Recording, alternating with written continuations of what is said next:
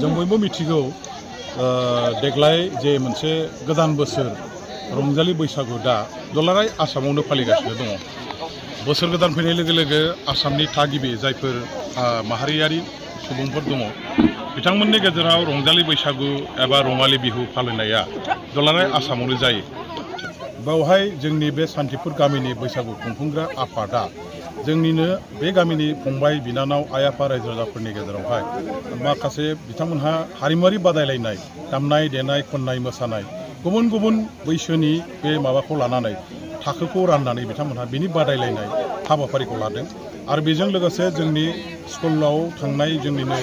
आंगो गथ' फिसा फिसौफोरखौ माखासे थुनलाइयारि बिथिङाव बादायलायनाय खन्थाइ आवरायनाय हरखाबै बुंनाय बाथ्रा दान्थेलायनाय बेफोरबायदि आयदाखौ लानानै रंजालि बैसागुखौ पालन खालामबोदों। पालन खालामनो थाखाय देग्लायबो बे हाबाफारिखौनो लादों। आङो सानदों जे दिनैनि बे रंजालि बैसागु फोरबोआव बिथांमोनहा आंखौ बरायहरनानै जे दिनैनि बे जौसां आरो बेजों लोगोसेनो रंजालि बैसागु बेखेवनायनि थाखाय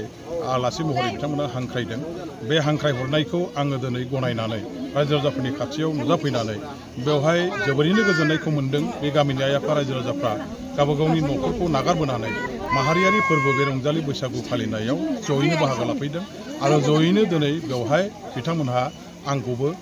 गावसोरनि गेजेराव आलासि महरै मोननानै मोनसे गोजोननायखौ फोरमायदों। आं बे ओनसोलनि बे गामिनि आइ आफा रायजो राजाफोरनि अराय गोजोनखौ हास्थायबाय। इसोरा जाहाथे गोदान बोसोराव बे गामिनि साफ्रोमबो जोंनि बिमा बिफा बिदा फंबाय फिसा फिसौ गथ' गथायफोर दं बिथांमोनखौ जाहाथे आलो गोजोनै थांनानै लाखियो। ओनसोलाव गामियाव जाहाथे आलो गोजोनै जै जैयै राम रामै जेनिबो आंखाल गैयालासे खैदां खैफोद गैयालासे थांनानै थानायनि थाखाय इसोरा जाहाथे गाहामै अनसायहरो आं बेखिनिखौ हास्थायबाय। आरो बे रंजालि बैसागु फोरबो फालिनाया दिनैहाय जोंनि माहारियारि फोरबो हिसाबै बेयावनो जोंनि हारिमुवारि माखासे जोंनि जौगाथायनि बिथिंखौबो नोजोर होनानै बे फोरबोखौ जोङो फालिलांनांगोन। जोंनि खुगा मेथाइ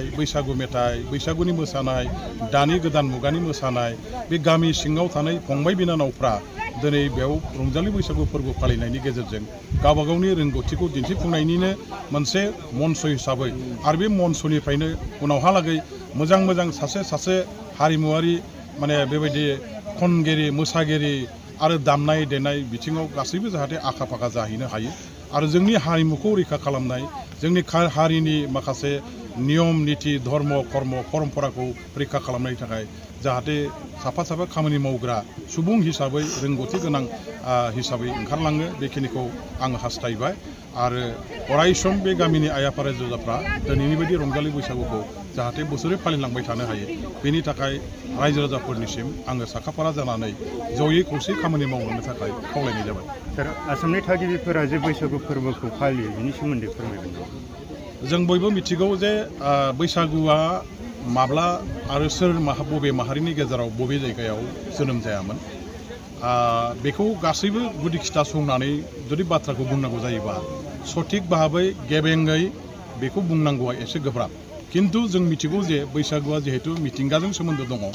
मिथिंगारि माखासे सोलायस्लु बे महर बे थासारिखौ लानानैनो गोदान बोसोर गोजाम बोसोर बेनि गेजेराव फारागथिखौ लाखिनानै गोजाम बोसोरा थांनाय लोगो लोगो गोदान बोसोर मोनसे फैबाय आरो बे गोदान बोसोरावनो जों गोदान गोसो बोलो जिउ लानानै गोदान साननाय हनाय सानस्रिजों आवगायनानै मिथिंगानि माखासे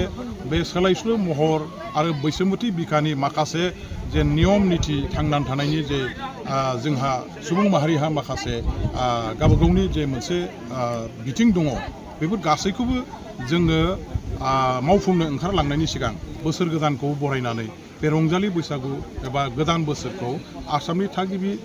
गासैबो हारि माहारिनि सुबुंफ्रा गोदो गोदायनिफ्राय पालन खालामबोदों आरो उनावबो फालिलांबाय थागोन। रंजालि बैसागुआ जाबाय आसामनि थागिबि सुबुंफोरनि मोनसे सिनायथि बेखौ माहारियारि फोरबो होननानै जों जेराव बयबो मिथियो जे दुलाराय आसामनि बादै दुलाराय भारतबर्षनि एबा मुलुगनि गुबुन गुबुन राष्ट्रफ्राव आसामनि माहारियारि फोरबो होननाय लोगो लोगो रंजालि बैसागुखौ जों बयबो रायखांनो गोनां जायो आरो बेनो जोंनि आसामनि थागिबि मानसिफोरनि बयनिबो मोनसे परिचय दा जोङो जिहेतु आसामनि थागिबि बर'फोर आरो बर'फ्रानो आसामाव बयनिबो सिगां फैजेननाय गतिके बे बैसागुआ गोदो गोदाय जोंनि आबै आबौफोरनि दिनाव बेखौ फालिनो थाखाय थागिबि आसामनि फिसा हिसाबै जे हाबाफारि लाजेनबोदोंमोन जों बुंनो हायो बिदिब्ला आसामनि थागिबिफोरनिनो बेयो फोरबोबा निस्सय बर'फोरनि गेजेरावनो बे बैसागु फोरबो बा रंजालि बैसागु फोरबोआ हयथ' जागायदोंमोन दा बेनिफ्राय दिनै गुबुन गुबुन आसामनि थागिबि हारि माहारियाबो बेखौ पालन खालामगासिनो दङ आरो बियो जोंनि हारिनि गेजेराव दा गोदो जेरैबायदि जोङो माखासे नियम निथि एबा माखासे बेबायदि हाबाफारिजों बैसागुखौ पालन खालामबोदोंमोन बेयो दा अनेक सोलायबाय जोंनि गेजेराव जों माखासे आसार खान्थि नियमफोर जेफ्रा जोंनियाव साबजाथाव एबा जायगा होजाथाव नङा बेफोरखौ नागारबोनानै दा आथिखालाव सोदांनाय संस्कार आरो सोलायस्लु माखासे हाबाफारिखौ लानानै दिनै जोङो मनसनि बिहु हिसाबै जौसांनि बैसागु हिसाबै बेवहाय बादायलायनायखौबो जों लाफादेरनानै साबना हामना महराव आब्रुथि गोनाङै बैसागुखौ जों दा अर्थात रंजालि बैसागुनि फोरबोखौ जों दा पालन खालामबाय आरो थारैनो बियो मोनसे बाख्नायथाव आगान बाख्नायथाव हाबाफारि होननानै आं सानो जिखिजाया जोङो रंजालि बैसागुआव जों बयहाबो गोदान गोसो गोदान बोलो गोदान साननाय हनाय जोंनि सिन्ताधाराखौ लानानै जोङो आवगायनांगोन गावनि राव हारिमु धोरोम खोरोमखौ हमथानानै जोङो मुलुगनि नियम निथि मिथिंगानि नियम निथिजों सोलिनानै थांनानै थानायनि थाखाय साखाफारा जानांगोन आं बेनि थाखाय